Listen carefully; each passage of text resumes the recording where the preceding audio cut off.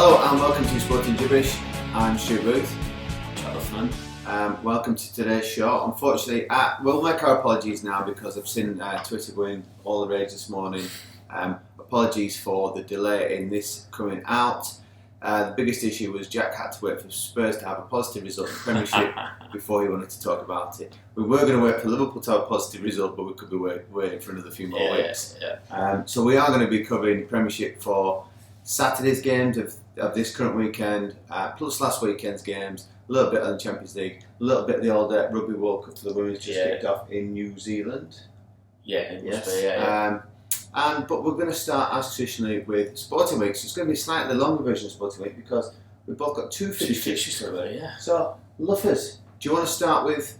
Let's start with last week. Week ago. Yes, last week at Ajman we played Sharham and we lost, unfortunately, but it was decent performance.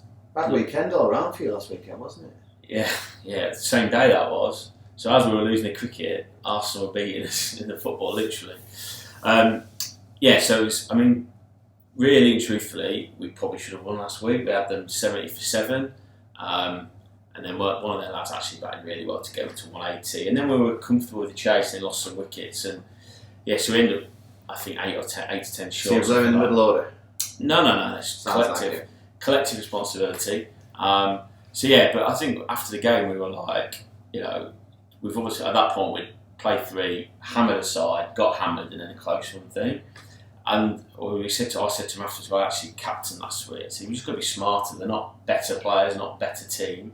We've just got to be smart in those crucial periods, which last year, probably because we were so dominant and better, we didn't need to probably think too much. But I was going to say, as a sports person, you much prefer the closer games than winning by 50 to 100 runs every week. Yeah, 100%. It's much better and it's better level and one thing or another. So that's sort of what we went into yesterday against Mid East Metals, who are one of the best teams, I suppose, at our level across the country. Really, they're playing a lot of A division comps and do well. They've got 1 or 2 really, really good players and turned it around. We're smart and we hammered it. Right. So let's just go back to last week. How many did you score at the bat? 20. Yeah, 20. Okay, and then yesterday. 52 not out. So we bowled. No wonder he's waited till today to come and speak. We bowled him out for 125, and then me and Clint knocked him off no wickets. Wowzers! So 1 by 10 wickets. So and we were just very good at that. We're just smart bowlers. We bowled brilliantly, all 5 of them. Bowled to the plans, backed up well in the field, and then clinical with the bat. So pretty perfect performance, really. Excellent. And then a bit of a barbecue I heard afterwards. Yeah, we had a club barbecue at my house. Castle del Luffman? Yeah, it was heavy. I heard there was Castle de Blanco or something. Was it? Or was it? Is it Diablo? Diablo. We had Diablo. I believe someone was spilled in the bathroom, I heard. Yeah, the red wine got the better of me.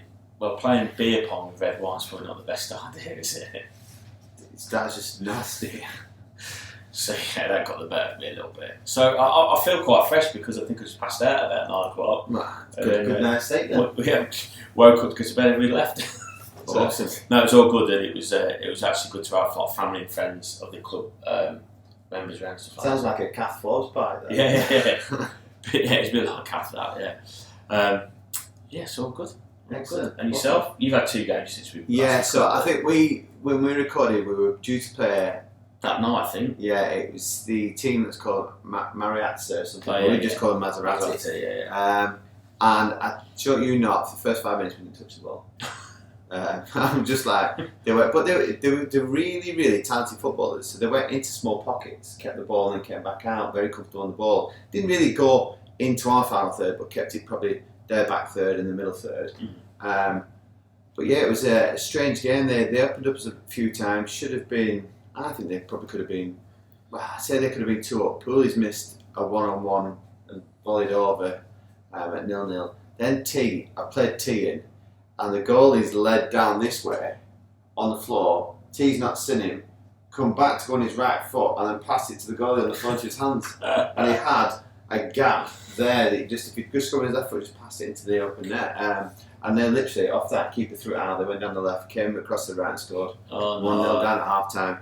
Then the gaffers must have been reading his Jurgen Klopp tactical book, and he's asked us to press and push in certain different directions. So we had to squeeze them across to a certain side of the pitch and narrow it down.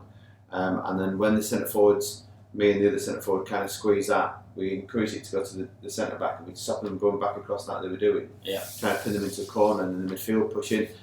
And we pressed a little bit higher, and it made a massive difference. We went 1-1, 2-1 down, 2-2. Could have had a couple of penalties in the game, didn't get one, and then the last minute of the game, lad volleys this shot, keeper spills it, our centre forward goes to run in, looks like he's about to tap it in there, the lad just pulls it back, gives a penalty. Upsets Booth. Upsets Booth. I've gone with a new ploy this year. I'm waiting for the goalkeeper to make his move first. So worked well on the first one, did the same, he went very early. So I just placed it into the opposite corner, made it 3-2. But if that team sticks together and has that same 11, 12, 13 players at Maserati, they'll be there and thereabouts this year. I've not seen many teams dominate us with the ball like they did, just keeping possession. So, good game for us, really good to finish the end of the pre-season off. And then we had the first game of the season, where we played Safa, who are a predominantly English team, so a little bit more physicality about the way they play. Like an old-fashioned English game, you know. Sunday morning. Tackles will go in, things will happen, everybody dusts themselves off at the end of the day and carries on. But we drew once with them last year, we beat them once. So it was a little bit of a banana skin, because you look back to that draw, we dominated, and we should have lost that game. We drew 2-2, and they should have had a penalty. So we should have lost it. But started the game, first 2 minutes, they've not touched the ball, we've scored. There it goes. 1-0 up. Then I think I've scored to make it 2-0. Ball's come to me in the edge of the area, just hits right across goalkeeper into the far corner. It's probably from the angle the guys on the side look like, probably made it look a little bit better. But it's more gone across the keeper here, but from where they're stood, it looks like it's gone into the far stanchion. Oh, yeah. So it looks like it's weird. But it's a nice clean strike. 2-0 up, then at half time 4-0 up. And then the decision was made then that we need to keep pushing and make a statement, because we've lost quite a few players. People will be looking at our team this year and saying, what's going on here? And then there should have been a foul to them in the middle of the park. Didn't get given. Ball drops to me. I'm about 25 yards out. Took a touch.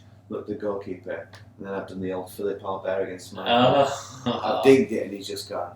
You could just, in his head, he's probably going, you bastard. And it's dropped him behind him. And then a couple of minutes later, ball's come to me. I've gone round him, gone through the defence, gone round the goal. He's tapped him for my hat trick. And then a few minutes later, I've got the ball again. I've dinked him again. It's hit the underside of the bar and come out. Yeah. One of our lads running volleyed it, but the flag was offside. Finished 8-1 in the end. And how did you end up with? 3. Should have. I hit a free kick, which kind of, when it left my foot, I was like, that's in. And then that's the pause. It's the goal's that way, and I thought it's gone in there, but it's gone just this side, and it's almost like brushed the net. But yeah, I probably, if I'm being really brutal myself, I should have scored at least one more, so it should have been 4. Good statement, mate.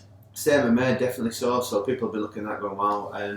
Next game up, we've got Redbacks. Again, we've played them pre-season, so they'll know a little bit more about us. So they might be a little bit better prepared to play against us. But again, you've just got to get a few more goals and thing. I think the thing is with this, the way we're playing at the moment and the formation and the addition, so having Pooley in and around where I play, is it allows me, and it causes all sorts of problems. I drop into a hole, and when I drop into them, the defender comes with me. He runs beyond, and he's quick. So Pooley up, and he missed probably 3 1-on-1s. We had 4 goals chalked off. Really? For offside. So if that game had finished 10, 11, 12, 1, it'd have been alright. I don't think they could have complained. They knew that we were just on. We were at the was that first league game? First league game, yeah. So I think Irish won 4-1 against the Bears, who are formed with the Grizzlies, but they're just called the Bears, not the Grizzly Bears. They should just be called the Grizzly Bears. It would be a much better name, the Grizzly Bears. But yeah, Irish beat them 4-1, and then the team that's split from us, they drew their first game 3-3 with Redbacks. Right. And then we play them on Thursday, so that'll be interesting to see where we are in comparison. So if we can spike 6-7 past Redbacks, then our reserve team will be them fearing playing us. All-star reserve team. Well, good start. for the team and for you. Yeah. Top of the chart. Well, that's about as many as you scored last season, already, isn't it? I think it's got a few more than that. But we're well on our way. Because he's playing you up front then. But the problem is now, Gaffer's like, right, you've got to get plus 20 goals. I'm like, well, because I scored 3 in the yeah. Well, he did. He's offered me a bonus that other players shouldn't know about. Yeah. I'm only joking. He hasn't really. It's a 10,000 dirham bonus. He's better for the weekend. Yeah. So the aim is to try and get a few more than last year.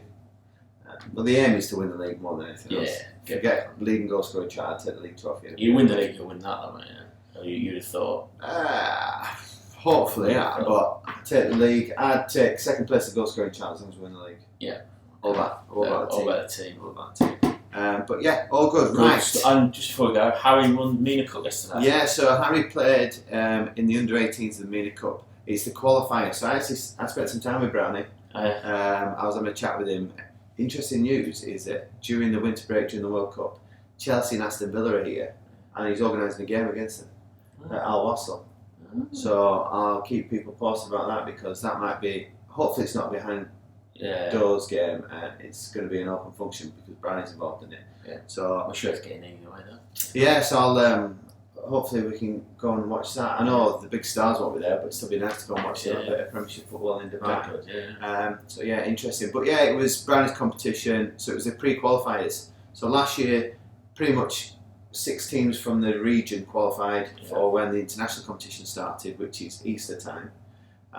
But this year, because they've got way more international teams coming over, only 3 local teams can qualify. Okay. So they played Friday night, drew 1, won 1. Saturday, won both. The last game was whoever finished top meant they got an easy ride into the semi-finals. And they were 1-0 down until 5 minutes to go. Harry scored, pops up with a header, and then scores a penalty in the last minute to it. 2-1. Father like son. Yeah, and then 7-a-side, sorry. No, 11-a-side. 11-a-side, 40-minute game, so 40-minute game. Okay. Yeah. And then they won the semi-final 1-0. And then played Ferzan, Spanish team, in the final. So probably two year strongest teams there. Yeah. Drew 0-0, went to penalty shootouts. GoPro won 3-1 on penalties. Did he score them? Harry missed his. Did he? So I said to him, what happened? He said, the gaffer told me to go high. I went, but why would you? And I've seen the penalty. He's tried to go high and keep diving, and then he's just like throwing his arm up and it's hit his arm. And he was like, I didn't want to go high. I was like, well, make your own decision. But yeah, they end up winning it, so it's not cost anything, so that's good news. He brought the trophy home. I joke you not, it's from you guys there, it's a decent size and it weighs a ton. Like, do not drop that because it's going to break the floor. But yeah, I think he took it to bed with him last night. I should have actually gone in and said, I might need a picture, probably asleep with it. But yeah, good result for him, so they've now qualified. And the interesting thing was the team they knocked out in the semis played City FC, who are also a big club out here, in the 3rd, 4th playoff to see who got the other place. City got beaten on penalties. Did they really? So City have not qualified for that competition. So it's Ferzan, Harry's team GoPro, and CCR, CCR or something along those lines. I don't know that team, but yeah, them 3 have now qualified for there. And he was telling me that there is a lot of interest from English teams. Pumas from Mexico. Oh, right, yeah. And he said to me about some Japanese teams coming over as well. So it should be a nice competition. I've got a meeting actually with, not Brownie, but one of his workers about getting some work experience for our kids at school. Yeah, that'd be nice. Yeah. To do with the MENA Cup or the other events that go on, because it kind of goes on throughout the year, doesn't it? Yeah, they kind of have one rolling on. So I think he said to me they've got, because it was 16s and 18s over this weekend, I think he's got 14s and 12s next weekend. But yeah, it's really good competition. Pitch was very, very bouncy. Where was this at? It was down at Jebel Ali. Oh, right. So for us, it's a fair trek away. But yeah, all good. Right, we'll leave that. We'll go on to last week's Premiership. We'll start with. I'll just run through, and we'll do stop points at certain games. So I think before we get going, we've got to address Arsenal Spurs, haven't we? I did say that I thought Arsenal would edge it. 3-1. I'd say 2-1 might have been an exact result, but I think when you're 2-1 down with 10 men, you've got to try and push, and you're going to leave gaps. There's always that risk, but It was a strange game because I thought it was very, very open to the point where Spurs didn't quite close them down, but kind of defended that box area and allowed Arsenal on the edge. Then tried to spring on the other end, and I know you didn't watch it, but I was texting you going, Arsenal just at the post, Spurs have just had a chance. And it kind of did become a little bit basketball type. But then Parties caught an absolute sweet as a nut, bent it right into the top corner, put it 1-0. Then you've managed to get back in on terms. Then Lloris has had what you can only describe as a stinker. I did look at what Romero could have done a little bit better. Could he have tried to siphon it? But I think it's just come too quick at him for him to do anything. Yeah. It comes off Lloris and then just Romero's hit it rather than touched it, and then Lloris has jumped over it. Yeah, it's. I did see that. I did see the goals. He didn't cover himself, and neither of them really did that. No. And I think you said, didn't you, in the context, he said exactly the same in his press conference when I watched the highlights, that actually if Spurs had put the final ball in, or the final pass, and it was the same on, I watched the Champions League game on Tuesday night or whatever, it's exactly the same in that, the final bit, I mean, like on Tuesday, or whenever it was, the commentator, of course, Kane's missed 2. My goodness, there's one where Son gets in. All he's got to do is, sounds a bit like your goal, just square it, and he's absolutely right it at him. And like Kane can't, he just hit it. Yeah. You know, and I think that was a bit synonymous with what happened on Saturday. Yeah, there was a few where I think they brought through the middle, and there was 2 I think Son played, and then one that Richarlison played, just overhitting them. Yeah. Just not getting judgment of the pace of the ball, which surprises you for players at that level. Give them a take 1, but then to happen 3 times. I think that's probably a big letdown for you guys because, like you said, at that point in the game, it was 0-0 when you'd missed the first, I think, 2 through balls. Then it might have been 1-0 to Arsenal when you missed the next one, which, if you'd scored that and the penalty, then puts you 2-1 up, and it's a different complex of the match. But Arsenal will be very happy, bragging rights. That's why Henry's waiting for the podcast, I think, to come out to give you some steak. But I mean, long way to go. But saying that, after yesterday's results, Arsenal are only 1 point ahead of you, and they're obviously playing Liverpool today, which, given the fact that Liverpool aren't playing well, is still not an easy game. No, I fancy Liverpool. So look, don't get me wrong, Arsenal, and he's done a good job, and I quite enjoy watching the documentary, the All or Nothing with him, because he's obviously building a culture, style of play, and you can actually see it happening. Considering after 4 or 5 games last season, everybody wanted him sacked. I still think that the lack of depth in the squad will cost them. But that said, they might go buy in January if they're there or thereabouts. It looks like they're going to be. So who knows? But disappointed. But, right. We'll move on. We've decided to get that one. Bournemouth Brentford 0-0 for Bournemouth. Who's the guy that's currently in charge of Bournemouth? It's not the old Portsmouth midfielder. I don't know. The small fella. And he's done a great job since taking over, obviously winning again yesterday. I don't know, I forgot about it, because...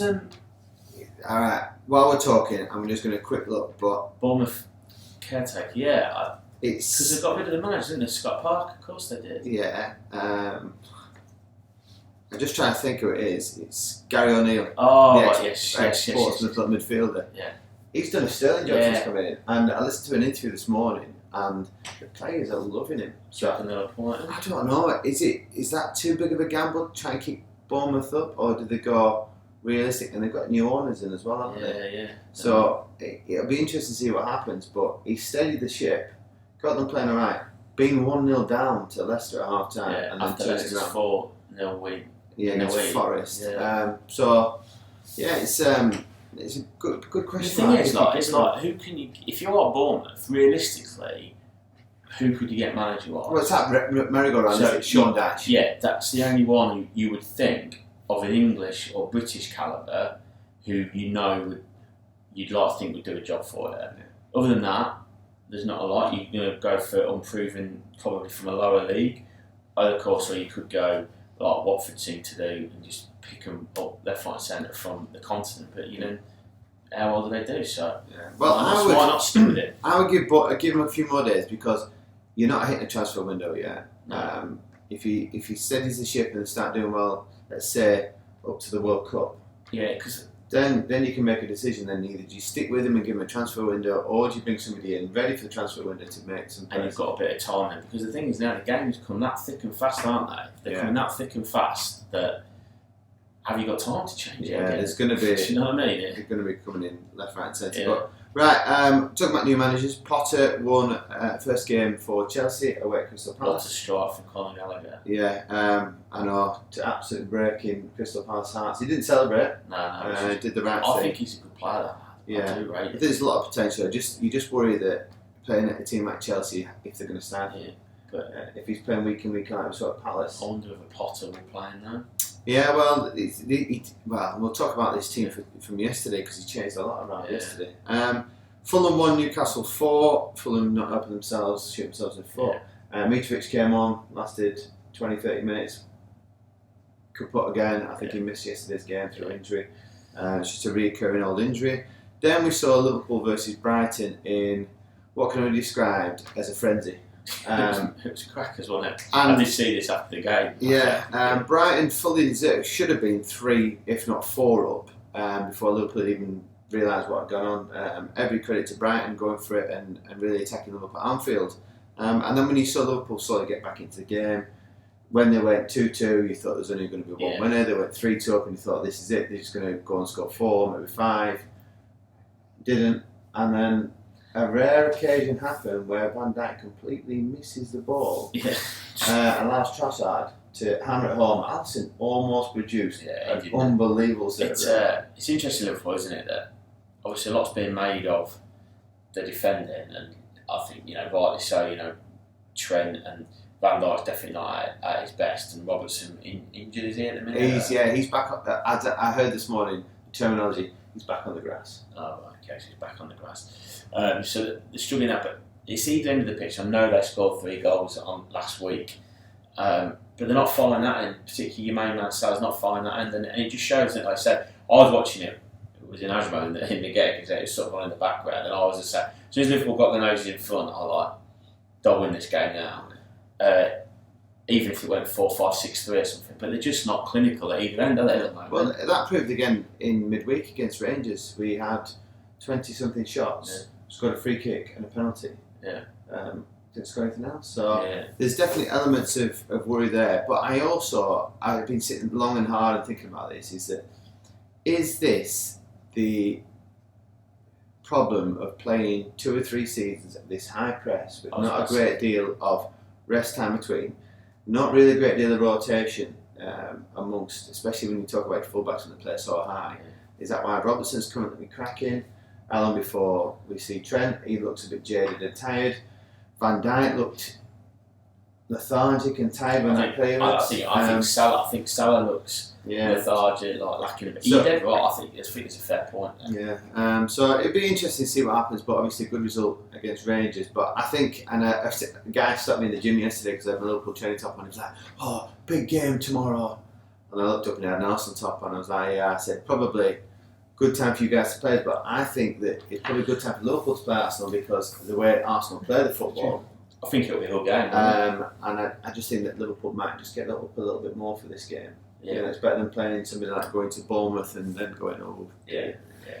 Because you could get 3 points at Arsenal. Everybody's forgetting what's gone on before.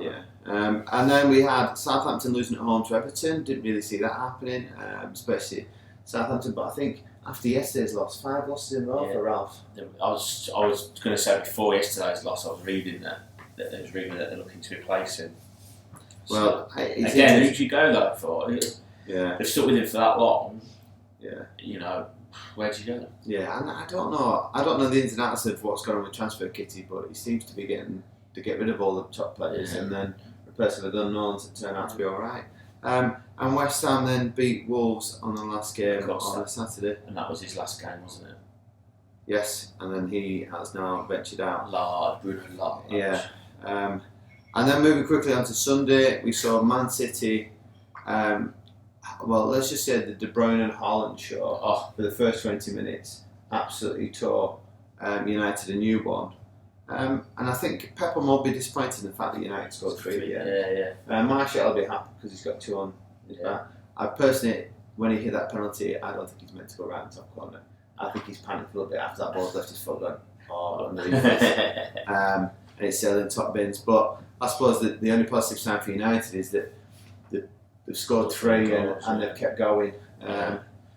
When Man City are like that, they're unstoppable. We've seen that, and now and we both said it, with an actual goal scorer, proper striker, they look formidable, don't they? Because he is a monster. Don't get me wrong. I'm not taking anything away from him, but I think he just shows that if like a proper striker up front for the last 2 seasons, they would have won. They would have won things. No doubt about it. Question to you now is: if City don't win the Champions League, don't win the Premier League, I'm not even talking about League Cup and FA Cup because they're by the by. These are the 2 biggest competitions. Yeah. With that squad, if they don't win them 2 trophies, does that mean he's underachieved? You mean like in the same like now? They're going to do the double this season. So he's got to do the double with that current squad. Otherwise, it's an underachievement considering the investments they've had. I think you could say that. I do think I think it's very, very difficult to do the double. I don't think, but you would say that because everyone's been saying, haven't they?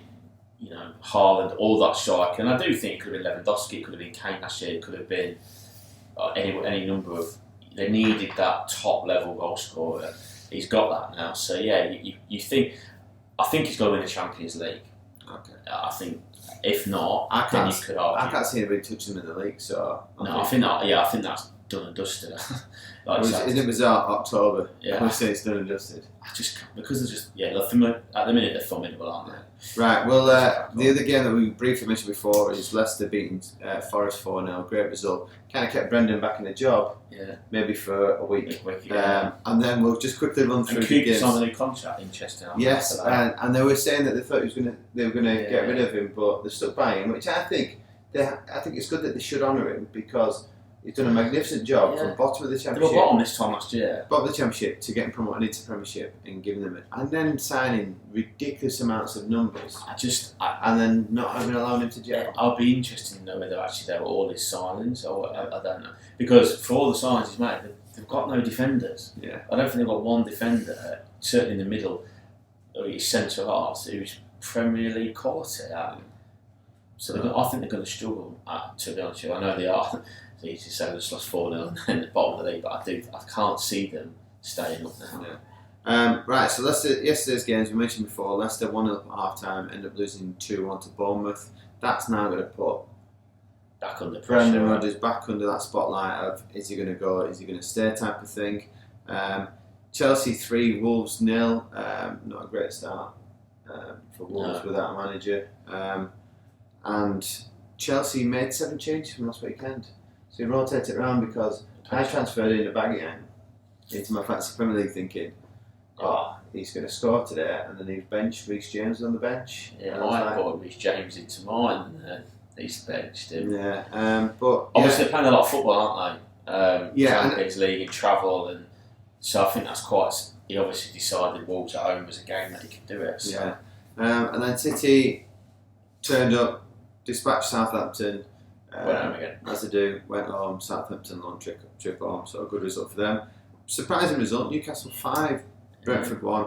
Supposedly Bruno, I'm going to Giera. Yeah, well, not even Gimenez, whatever he is. We're going to just call him Bruno. Great game, 2 goals, supposedly world class. Very, very talented player there. Yeah.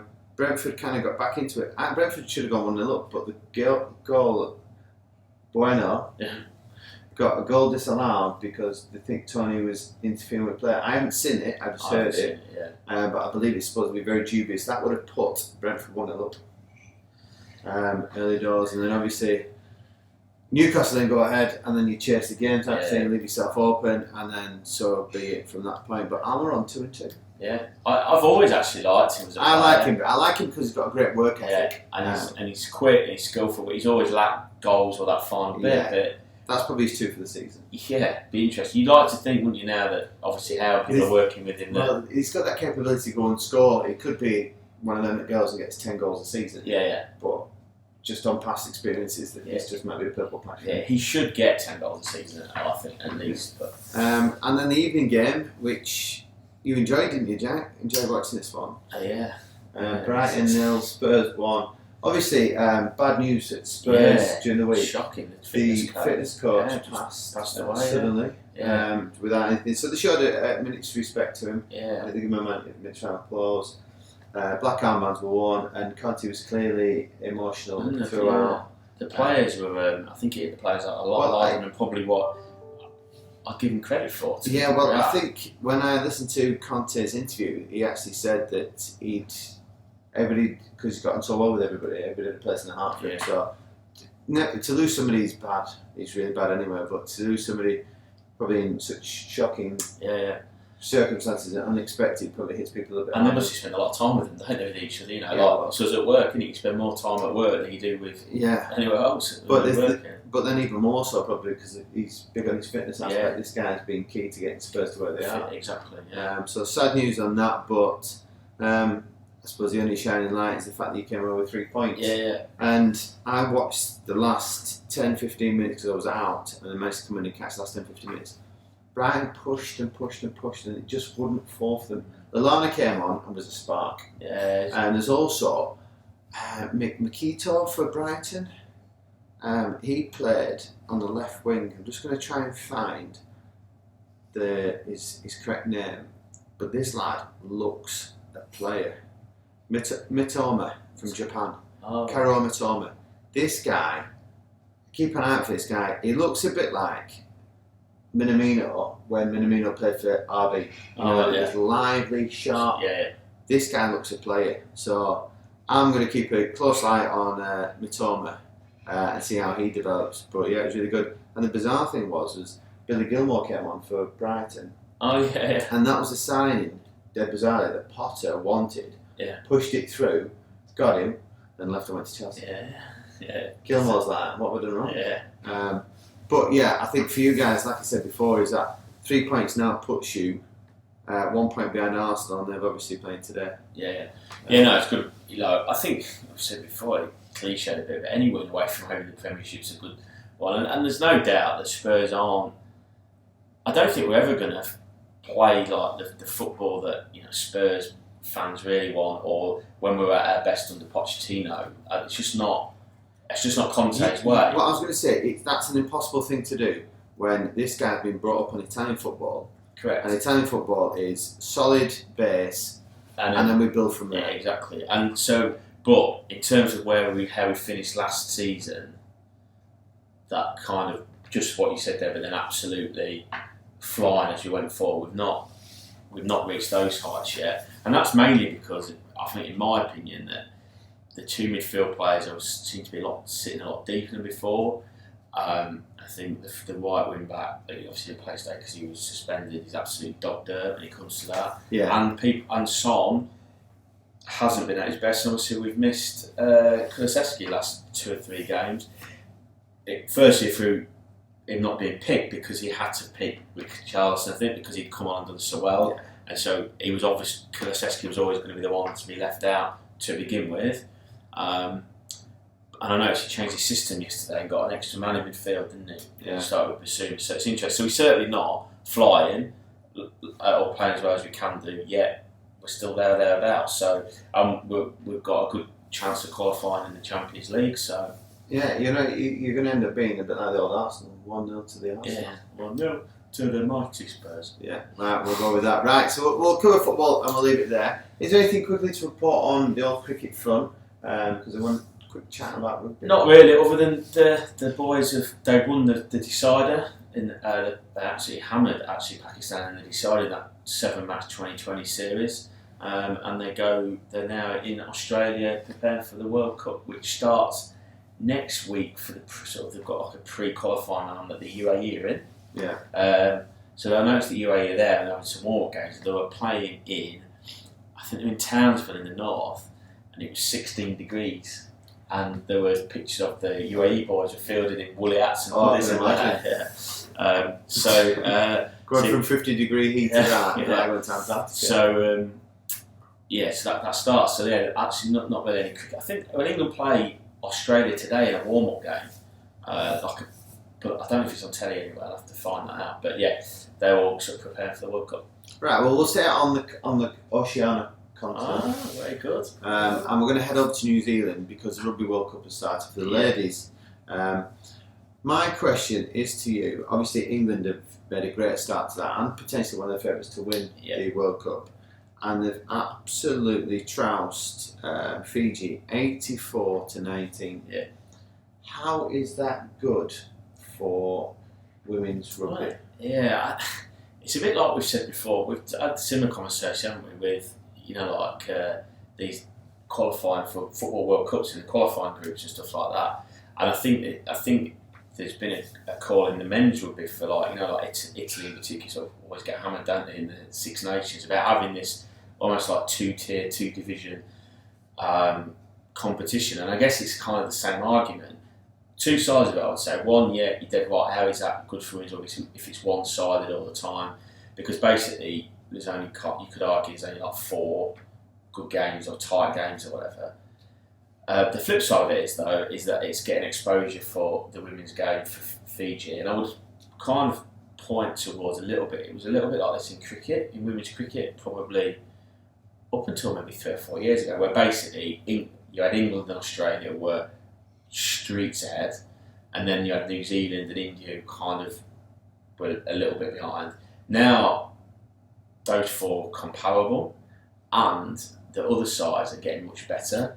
And the argument is they're only getting better because they're playing in these kind of competitions or against the best side. So 50-50 argument. I would say it's decent exposure for the rugby, but I get your point that one side, like we said earlier, one-sided sports games aren't enjoyable, are they? No. And then even France demolished South Africa 40-5. Yeah. So there seems to be quite a range. I'm just wondering, is that if you had that 2-tier competition at this World Cup, so there was an A and a B competition. But again, like saying, if there's only 6 teams in it, then do they play like a mini round league? And then it's different. But then also, you'd say from Fiji's point of view, in South Africa, they're getting a chance to play on the big stage against the best players. At the same time, though, you don't want to get almost embarrassed, do you? Yeah, I don't know, it's a tough one. I would say, on the whole, the exposure is good for it, but I think there's got to be that careful thing of it not becoming all too one-sided. Right, just before we go and have a quick look at fantasy football,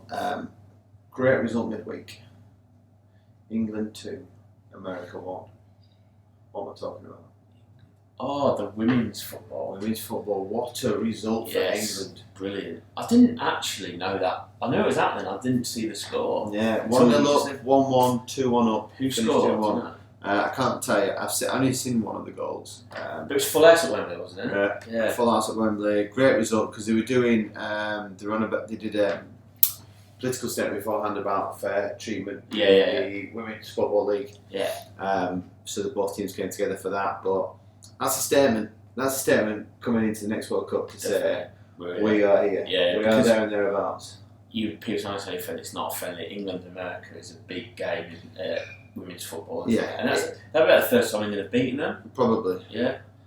Brilliant. I think it's a great result. Great result. Right, okay, fancy football. So this Sporting Jibberish League is currently updated as of yesterday's fixtures and results, but Mike Collins is currently top.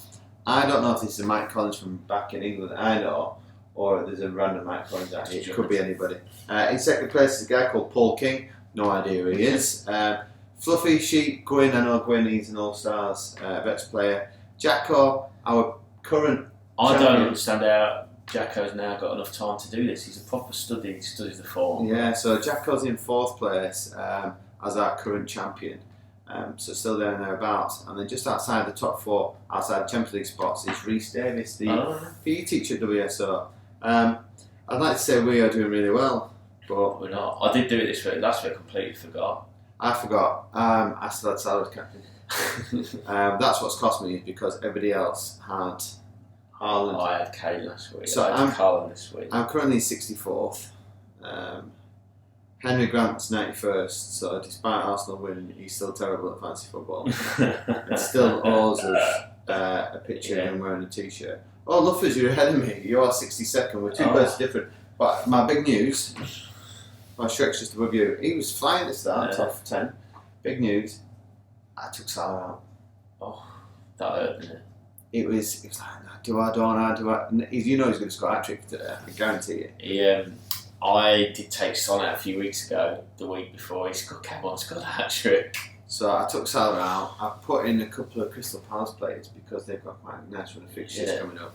And I also then put a Banyang in who didn't play. So I've got Haaland, Jesus and Kane as my front three. Alright, so I've got Abs, Jesus, Haaland.